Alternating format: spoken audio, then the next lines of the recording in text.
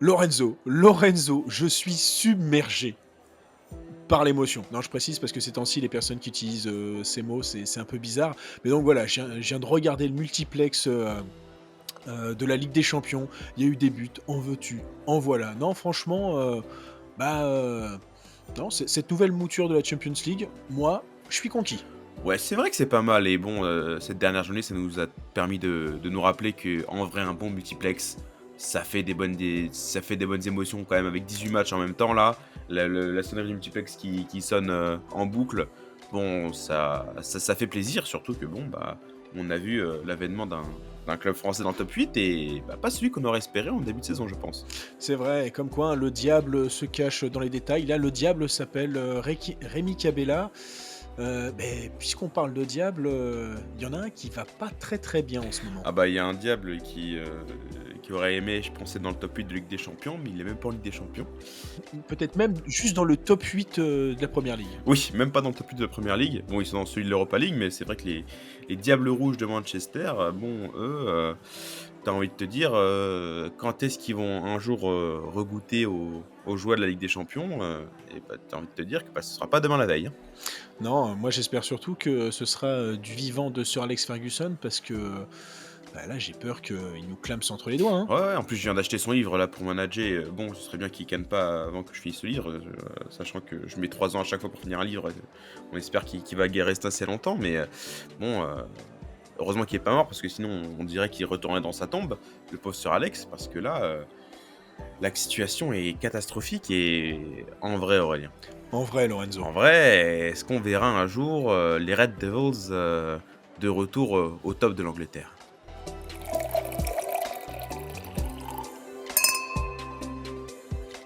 Bah, comme je te le disais il y a 5 minutes, au top, je sais pas, mais en tout cas, qu'il soit de nouveau considéré comme, dans le Big Four, ce serait déjà bien parce que, bah, tu vois, là, leur classement, ça fait quand même 35 ans qu'on les a pas vus dans une position aussi catastrophique.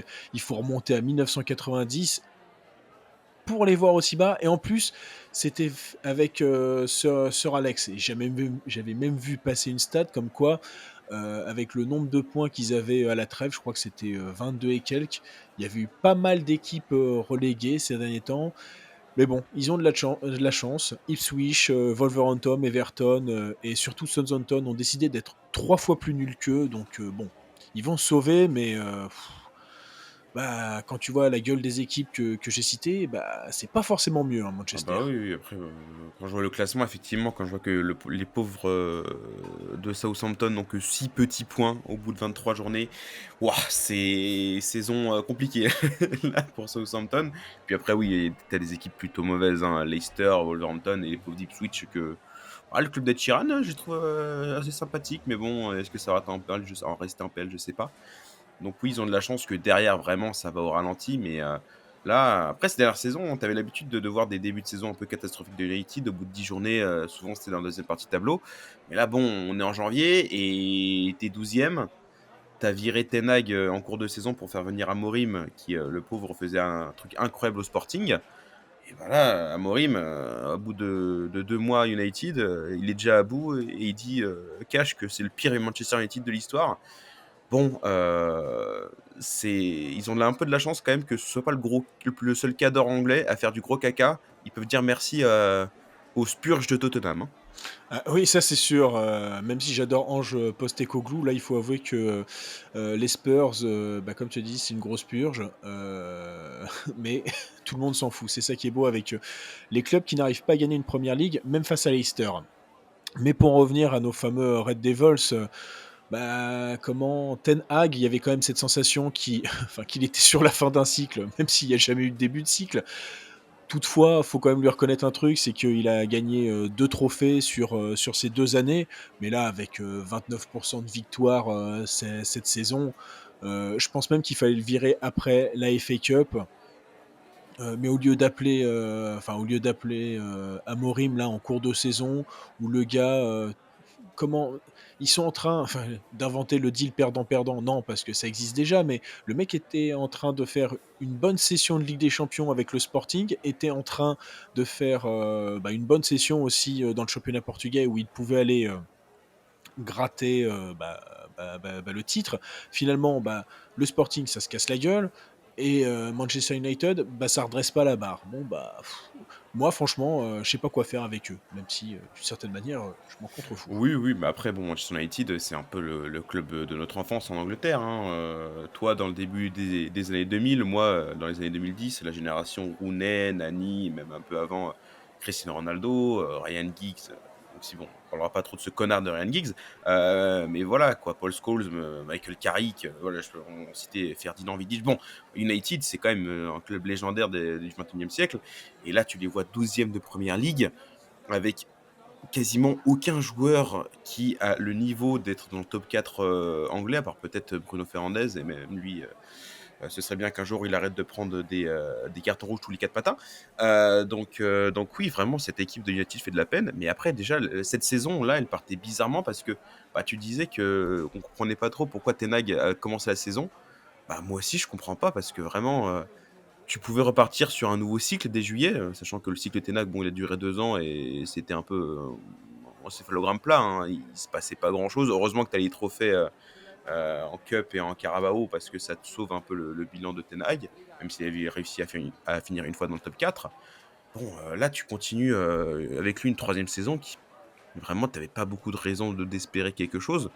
Surtout que, tu as encore cédé à ses caprices et il aime bien faire venir que des Hollandais ou des ou des joueurs qu'il a coachés lui-même et ça marche pas trop de ce qu'on voit, hein. Ça marche pas trop parce que, sur les 8 victoires, que Manchester a, tu as quand même la moitié face, à toutes les équipes qu'on a citées tout à l'heure, Southampton, Leicester, Everton, donc bon, la seule soupape de décompression, c'est, en Europa League, où ils sont invaincus. Mais encore, quand tu regardes dans le détail, les gros cadors qu'ils ont dû affronter, qui est le Fenerbahçe, et Porto, ils ont fait match nul. Enfin voilà quoi. Bon et bien sûr, tu te craques quand tu dois jouer, le derby contre, Liverpool ou contre Manchester City, où tu arrives à gagner, où tu tiens tête, aux futurs champions d'Angleterre, je pense. On en avait discuté, je pense qu'ils sont bien partis, hein, les Reds, tout court. Mais voilà, tu parles des joueurs, je sais pas par où commencer, peut-être en regardant les arrivées records, je crois qu'il y a moyen de se marrer, Lorenzo. Il y a moyen de se marrer, sur les 10 dernières années, tu as des arrivées qui sont un peu légendaires, mais même quand tu regardes, cet été, tu fais venir, De Ligt, qui était en bout de course au Bayern et qui a jamais vraiment confirmé. Ugarte qui sort de juste 2 bons mois à Paris l'année dernière, et les 2 tu les fais venir pour 50 millions. Bon, déjà le mercato estival, avec les moyens que tu as mis, vraiment, les recrues, ça faisait un peu peur. Et en plus, là, si on est en janvier 2025, tu viens de faire venir Amorim, qui lui essaie de forcer pour faire jouer son système en 3-4-2-1, qu'on peut dire bizarre, mais qui marchait très bien avec le Sporting et il s'imprime pas chez les joueurs. Et c'est là que tu vois que quand tu as un entraîneur qui essaye de forcer un système comme ça, l'effectif est limité et bon, tu as Zirkzee, le pauvre que tu as fait venir, qui, pour moi, quand même, toi qui l'as un peu plus vu que moi à Bologne, bon, là, il fait vraiment beaucoup de peine, mais je sais pas toi, mais moi, j'ai un peu quand même d'espoir pour que le Joshua de Bologne, il soit encore là quelque part, hein. Surtout que le Joshua de Bologne, c'était le Joshua qu'on espérait, quand il était formé au Bayern Munich, alors qu'il il s'était un peu perdu une fois à Parme, commençait à être pas trop mauvais à Anderlecht et là, c'est vrai que, ouais, c'est vrai que moi j'ai vu, quelques matchs, de Bologne. Alors, je vais pas m'inventer une vie, c'était évidemment contre l'AC Milan, hein, parce que bon, c'est plus comme ça que je regarde les autres équipes que que je me focalise sur elles. Heu non, moi j'aimais beaucoup sa puissance, je voyais son intelligence de jeu, et il jouait pas en Timberland alors que là, il s'est pointé à Manchester, je sais pas si c'est le mauvais temps qui l'a rendu comme ça, mais en tout cas, oui, c'est pas le Zirkzee, que j'ai vu en Italie et c'est vrai que tu parles du dispositif tactique. Alors, on pourrait débattre, hein, parce que, finalement le dispositif tactique, le 4-2-3-1 de Ten Hag, ça a jamais vraiment marché. Mais bon, le 3-4-3, une défense à 3, il faut toujours la digérer. C'est pas un truc qui s'invente. Il faut expliquer aux joueurs comment jouer piston. Il faut expliquer aux défenseurs parce que, il y en a un vraiment qui défend et les autres qui avancent un peu plus. C'est compliqué et je sais pas comment Manchester peut s'en sortir pour cette saison. Et évidemment, quand on sera en mai, qu'il y aura les vacances et que, je l'espère, Amorim pourra travailler tout l'été, on reverra quelque chose de correct. Mais là, ouais, peut-être qu'il faut encore un mois et demi, sauf que, bah, je suis pas sûr que les Glazers et Ineos, aient la patience. Bah, c'est ce qu'on se disait, déjà la semaine dernière quand on parlait de la Juve avec Thiago Motta et bon, là avec les derniers résultats en Serie A ou en Ligue des Champions, ça ne fait qu'empirer. Mais oui, c'est là quand tu vois que, Amorim essaye de forcer avec son 3-4-2-1 que déjà que l'effectif était mal branlé pour le 4-2-3 de Ten Hag, alors pour le système très particulier d'Amorim, là tu parlais de la difficulté pour une défense à 3 de se gérer. Bah, là, vraiment, tu aucun de tes défenseurs de base qui était vraiment habitué à une défense à 3. Déjà, le Maguire, c'est un joueur qui fait débat. Bon, je pense qu'on a le même avis que c'est pas un mauvais joueur, mais que bon, le pauvre a quand même a des lacunes qui sont assez visibles. Mais bon, que ce soit avec l'Angleterre ou par moment avec United, c'est un bon défenseur, on va dire. Mais bon, Lisandro Martinez aussi, il n'a pas habitué à jouer dans une défense à 3. Lenioro, le pauvre petit qui sortait d'une très bonne saison à Lille, il est déjà propulsé à United et encore, il s'est pété en début de saison. Ouais, là, c'est compliqué. Et bon, je vais te laisser parler du milieu de terrain, on va dire, parce que bon, pour un système à 3, faut que tu aies un milieu vraiment qui ait le coffre pour gérer tout ça. Et à United, la moindre des choses qu'on puisse dire, c'est que le coffre, c'est pas la première chose à laquelle tu penses quand tu vois les milieux de terrain présents dans l'effectif des Red Bah, Devils, hein. c'est vrai qu'avec Eriksen, on sait qu'il a beaucoup de choses, mais que le coffre, le cœur, aura du mal à supporter, hein. C'est pas beau quand même de se moquer, c'est pas beau. C'est pas beau, mais bon, malheureusement, quand tu le vois jouer maintenant, Eriksen, tu sais pas si c'est son cœur ou sa calvoche qui va lâcher en premier. Bon, c'est compliqué et Papy Casemiro, on aime bien dire que Papy fait de la résistance. Bah, Casemiro, wouah, c'est après il a eu ses bonnes petites périodes, quand il est arrivé après, sa période au Real, mais là, c'est quand même très chaud à voir en 2025 Casemiro. Bah, on est plus proche de Casimir que de Papy fait de la résistance, hein, si on continuait dans les références, télévisuelles ou cinématographiques, mais bon, tu Mason Mount aussi. Je sais pas quoi dire sur lui. En fait, tu vois?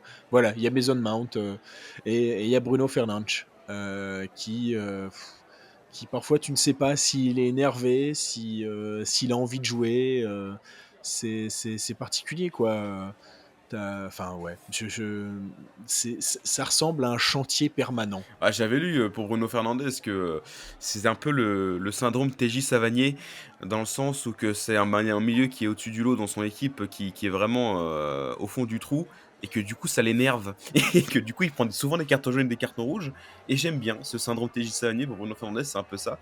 Parce qu'offensivement franchement, il y a que lui qui fait des différences, c'est chaud. Parce que bon, les autres individualités, Rashford, c'est quand on parlait beaucoup de downfall, notamment d'un certain Kylian Mbappé. Bon, heureusement, ça remonte, la cote remonte ces dernières semaines et ça fait plaisir à voir quand même quelque part. Mais Rashford, le downfall en 2 ans, là, c'est compliqué, hein. Le mec, c'est même pas devenu un joueur de championship, hein, alors que bon, il y a 2 3 ans, par période, c'était un des meilleurs joueurs du monde, hein. Ouais et beh, j'ai l'impression que même, Amorim a son idée là-dessus et que, il préférait voir quelqu'un d'autre que, Rashford sur le terrain. Ouais, il a dit qu'il préférait voir son entraîneur des gardiens jouer à la place de Rashford. Bon, pour descendre un joueur, je pense pas qu'on puisse faire mieux. Donc bon, là, Rashford, il essaie de trouver une porte de sortie. Et je crois qu'en plus, l'entraîneur des gardiens, il a dépassé la soixantaine. Oui, bah, écoutez, hein, on parlait de pas puiser de la résistance, peut-être que l'entraîneur des gardiens de United ferait du meilleur taf que Rashford. Mais bon, là, Marcus, il essaie de trouver une porte de sortie. Ça paraît lui un peu au Barça ou je ne sais où, peut-être en Arabie Saoudite ou autre. Là, Rashford, l'espoir de toute une ville de Manchester et tout un peuple anglais. La fin, a l'air assez terrible. Après, bon, tout peut arriver, mais bon, c'est compliqué. Et bon, il y a un joueur qu'on aime détester parce qu'il est vraiment très très con. Notre ami Alejandro Garnacho, il a des qualités évidentes, on l'a vu ces dernières années à United. Alors, Mais là, on a l'impression que la connerie l'a un peu rattrapé cette année, hein. Bah, autant tu vois, je me souviens que je m'étais moqué que toi parce que, le mec jouait avec les espoirs espagnols ou en tout cas un peu avec l'Espagne et il avait choisi l'Argentine. Je me disais que c'était une grosse perte, pour l'Espagne et finalement, Bah, moi aussi je me disais ça, c'est vrai, avant 2024 et puis finalement, bah, finalement, bah, est-ce que c'est étonnant un joueur qui adore Messi mais qui porte des caleçons Cristiano Ronaldo soit aussi débile? Mais après c'est vrai, je veux pas faire du délit de sale gueule, mais il a c'est vrai qu'il a une tête bizarre. Enfin il a mi-chemin entre Jamie Tart et je ne sais pas quoi. Mais bon, en effet, il respire pas, on va dire l'intelligence footballistique parce qu'on a vu des joueurs, être, on va dire, plutôt limités en termes, de QI, mais être, sur le terrain, des vrais génies donc ça ne joue, voilà, ça joue pas, sur ça le football. en parlant de joueurs limités au niveau du QI, il y a un joueur qui vient de partir en pro au Betis. Bon, lui aussi, il s'agirait d'en parler un jour quand même. Ah bah Anthony, c'est vrai que j'aime beaucoup ta comparaison, quand tu parles de Toupie Beyblade. Alors c'est sûr, il va il va vite avec, le ballon, il sait tourner, tourner, tourner, mais après, j'ai pas ses stats, mais je pense qu'il n'a pas dépassé la dizaine de buts, alors qu'il doit faire partie, bah, du top 3 ou 4 des plus grosses arrivées de Manchester United et franchement, bah, voilà, hormis son mème face à Coventry, bah, je vois pas à quoi il a servi parce que, bah, tu vois, tu parlais de Maguire. Bah, Maguire, on sait tous pour quel montant il est arrivé à Manchester United. On sait que c'est, la fameuse taxe anglaise, pour récupérer des joueurs un petit peu, talentueux dans le championnat, anglais.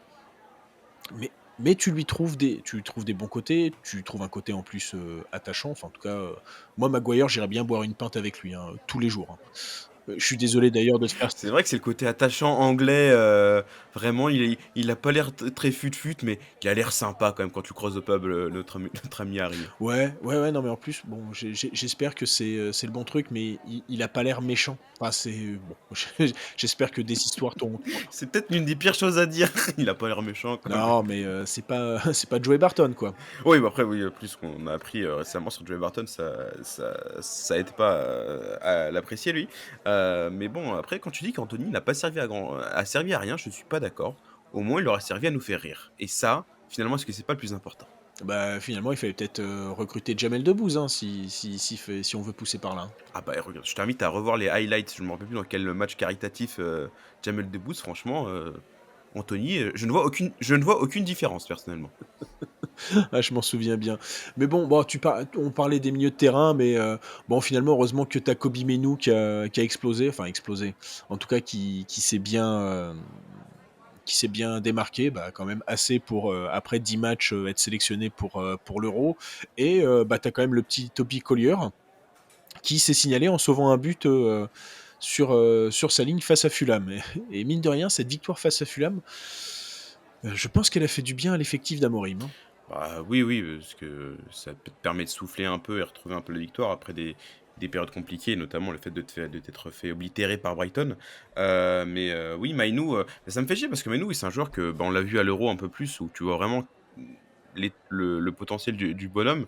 Mais bon, ça me fait chier que, bah, là, depuis que le début de saison, il joue, à moitié enfin, il fait, que ce soit Ten Hag, non, si Ten Hag le faisait pas mal jouer, mais Amorim, tu as l'impression qu'il aime pas trop son profil. Je sais pas pourquoi il le fait pas beaucoup jouer et ça, c'est dommage parce que bon, Mainoo, le talent qu'il a, faut voilà, s'agirait de le faire jouer, quoi. Donc on espère que bon, il arrivera à se greffer dans le système d'Amorim parce que ça peut devenir le milieu référence de United, dans les années à venir et évidemment, de toute façon, bon, la concurrence est pas très glorieuse, quand même, dans ce domaine-là, à Manchester et bon, bah, si on veut parler par la dernière individualité qui fait défaut, cette année, peut-être même l'année précédente, c'est le gardien de but, André Onana. Parce que bon, je sais que vu qu'il était à l'Inter, avant d'aller à United, peut-être que tu auras 2 mots pour lui.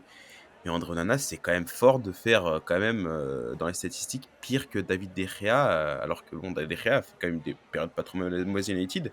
Mais globalement, réussir à faire pire que lui, c'est une belle petite perf pour Onana. Ah bah, surtout qu'Onana, c'était un des meilleurs gardiens, enfin, dans le championnat italien. Ça, il y avait pas grand-chose, à dire, même si, il me semble qu'il avait des problèmes, heu, bah, dans les duels De aériens. dopage, oui. Non, tu veux pas parler de ça, pardon. Oui, bon, bah, ça arrive à tout le monde de se tromper et de prendre le médicament de sa femme. Bon, tant que c'est pas la pilule. D'ailleurs, ça me fait penser à un débat sur la pilule féminine et masculine, s'il y en a un qui nous entend, petite dédicace pour lui. Hem, mais voilà, il y avait ce problème dans les duels aériens et on sait très bien qu'en Angleterre, le duel aérien, ça pardonne pas. Mais là, ce qui pardonne pas, c'est que, bah, j'ai l'impression de pas voir André Onana, mais de voir David James dans les cages de Manchester United. Alors bon, évidemment, je pense que j'ai une légère satisfaction à voir ça parce qu'il est plutôt estampillé gardien Inter, donc oui, ça me je vais pas dire que que ça m'émeut beaucoup, mais j'ai ouais, j'avais lu cette statistique, c'est qu'il a fait déjà 15 boulettes, ce qui est nettement plus que David De Gea en 10 ans et ça, c'est fort. Bah, c'est très, très fort et bon, ça va nous permettre de parler du tu parles des De Gea qui est resté 10 ans au club. Bah, De Gea, c'était celui qui était censé prendre la relève d'un certain Van der Sar, après sa retraite. Bah, là, si tu transposes à United après la retraite de Sir Alex, bah, on est en 2025, il a pris sa retraite il y a 12 ans et là, tu peux, bah, légitimement faire le bilan. Concrètement, qu'est-ce qu'a fait Manchester United depuis le départ de Sir Alex? Et bah, quand tu y réfléchis, bah, tu te dis, «Ouais, quelques trophées», mais finalement, le downgrade est plutôt saisissant. Mais le problème, c'est que ça pourrait se tenir, en 4 lettres, rien, et on pourrait terminer cette discussion et finir le dry January, correctement, avec, un Virgil Morito, mais, comme tu as dit, il y a des trophées. Faut pas oublier quand même ce que Mourinho, a apporté, cette Europa League en 2017 donc, mais, comment, bah, c'est oui, c'est pas celui auquel on est habitué. En plus, bah, perdre des titres, ça arrive, hein, quand on gagne trop souvent, bah, évidemment, à un moment, faut la roue tourne, hein, comme dirait l'autre. Mais, tu laisses, beaucoup à Manchester City, et sinon, bah, tu en laisses à Liverpool. Ce qui, je pense, pour un supporter, mancunien, doit être, la pire des choses. Bah, oui, oui, après, en plus, tu dis «laisser». Bon, c'est pas comme United si, sur ces 12 ans, a été, au moins une fois un candidat crédible au titre en première ligue. Parce qu'ils ont peut-être fini une ou 2 fois second, mais bon, c'était très loin du premier, que ce soit, Chelsea, City ou Liverpool. Mais vraiment, tu jamais été un candidat crédible au titre en première ligue, alors que bon, sous Sir Alex, bah, c'était tous les ans, soit tu étais champion, soit tu dans le top 4, de manière assez facile. Et bon, tu as eu l'ère Mourinho où, bon, limite ça parlait plus de ses engueulades avec Pogba ou avec ses autres joueurs. Mais bon, force est de constater que, bah, tu as parlé de l'année 2017, bon, le mec fait quand même un triplé, Community Shield, Carabao Cup, Europa League. Alors certes, on peut se foutre de la gueule de ce triplé, mais bon, ça reste 3 trophées quand même. C'est pas le tripletté de 2010, ça c'est sûr, hein. Oui, c'est pas le triplé de 2010, mais bon, on s'adapte à son équipe et à son époque, d'accord? Et Mourinho, bon, bah, voilà, il s'est adapté à ça et donc bon, c'était peut-être dans cette période-là, le meilleur visage de Manchester United. Bon et résultat, ça gagne qu'une Europa League, donc bon, ça dit aussi le downgrade du club mancunien. Alors que pourtant, sur ces 12 ans, t'as vraiment dépensé comme un porc et c'est incroyable quand tu fais le bilan de se dire que quasiment chaque pari qui a été fait, que ce soit en tant qu'entraîneur, en tant que joueur, tous les paris ont été perdus. Et donc bon, c'est la question, je me dis que là, les dirigeants de Manchester United, bon, ils sont plus là, c'est les Glazers, mais il faut pas qu'ils aient eu casino parce que là, ils ne gagnent jamais, c'est fou quand même. Bah, surtout que les Glazers, hein, on sait que dès qu'ils sont arrivés à Manchester, tu as eu cette scission avec, la création du United of Manchester pour dire: «Bah, nous, on est les vrais, supporters et on se casse, parce qu'on déteste, les Américains». Ce qui, ma foi, quand tu regardes ce qu'ils font dans le football, je sais pas si l'apport est vraiment correct, hein, je Et pour qui ils votent aussi, enfin bref. ouais, aussi mais je pense à John Textor qui a viré comme, un cingouin, Stonewise. Ouais, Stonewise dans nos cœurs, hein. Ouais, petit aparté, je suis prêt à le prendre à Auxerre tous les jours, même si j'adore, Pélissier, hein. Ah bah, franchement, Pierre Sage, si, si Auxerre ne se fait pas, reléguer parce qu'on était très, optimistes il y a un mois, 2 mois sur, Auxerre: «Ah, ça joue peut-être l'Europe».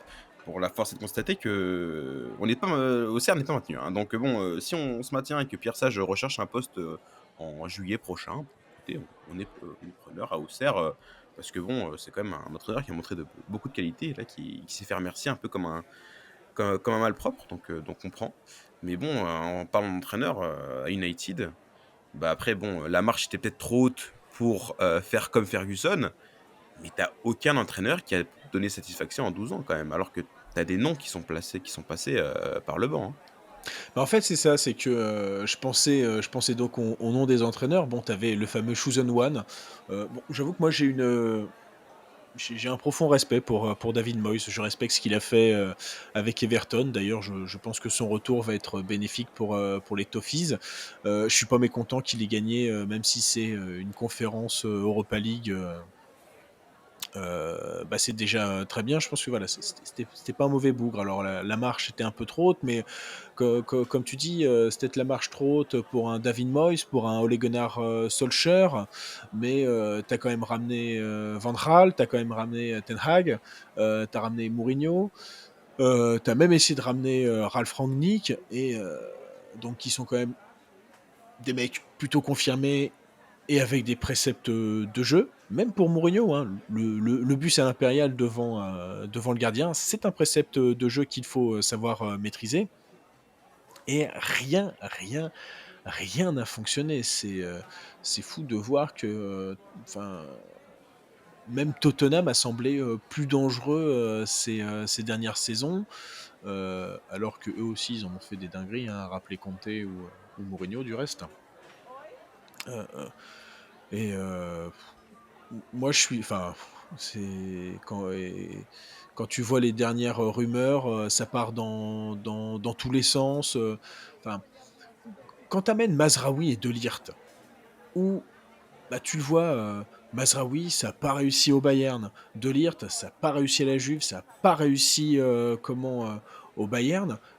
Et c'est pas transcendant avec les Pays-Bas. Alors, je sais qu'il y a ce côté où on peut se dire, ouais, il n'y a pas de mauvais joueurs, il y a que des mauvais contextes. Mais à un moment, tu te dis, bah, ce sont des bons joueurs, hein.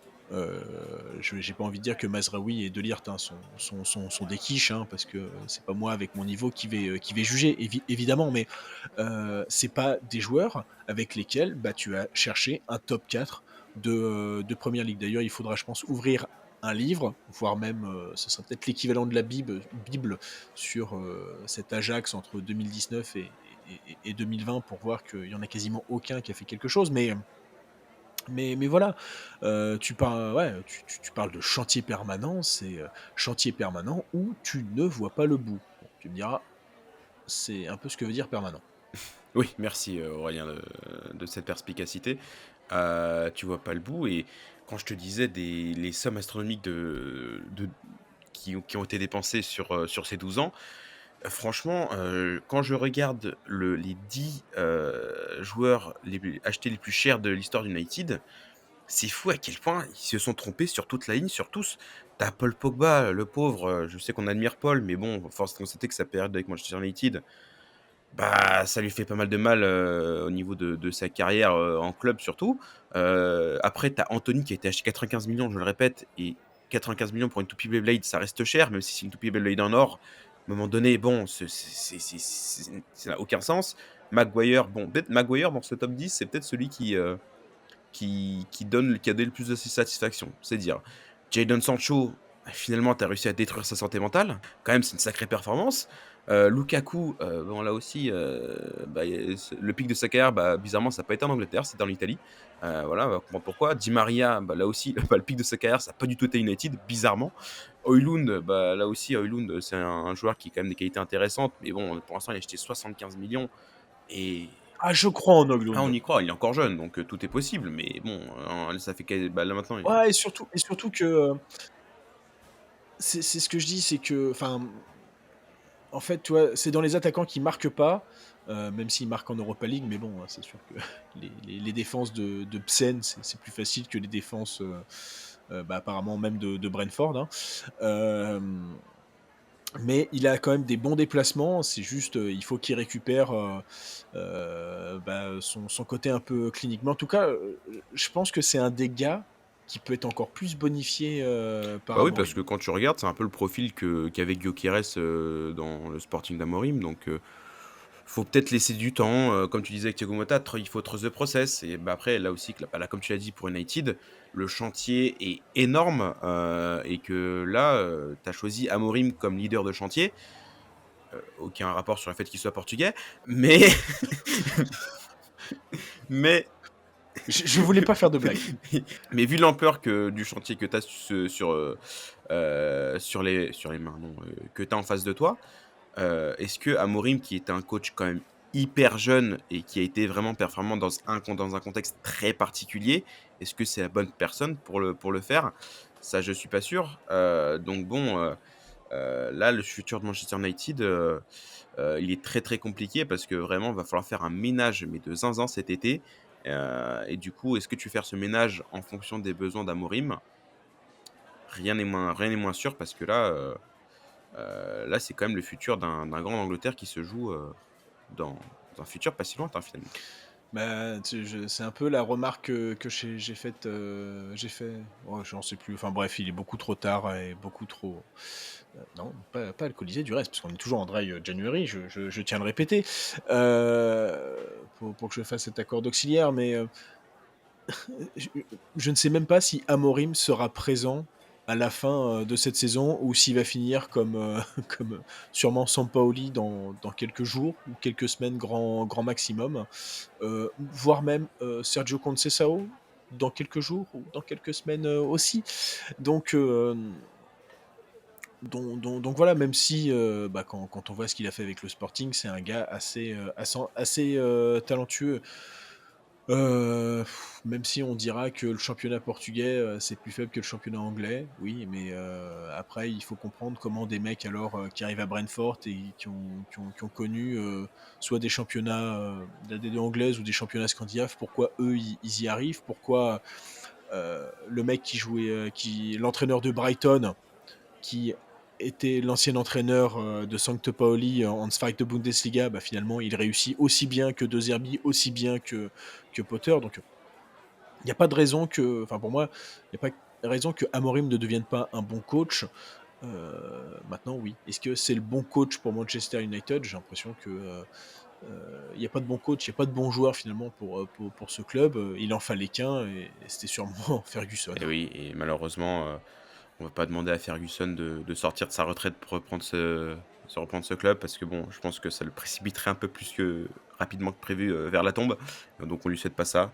Et bon, là, il va falloir entamer un nouveau cycle et est-ce qu'on entame un nouveau cycle, en virant probablement Amorim, au mois de mars ou avril? Ça, je suis pas sûr.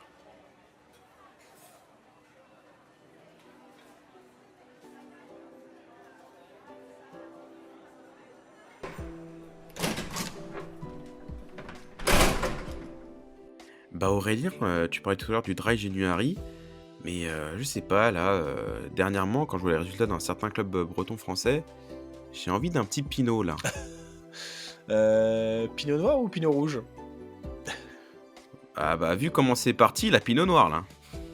Ouais, non, je pense qu'en effet, c'est un peu, je pense que les supporters, remontent la rue de la Soif à Rennes et ça leur fait plus de bien que de mal, parce que quand ils vont au stade, ça a l'air d'être un sacré chemin de croix.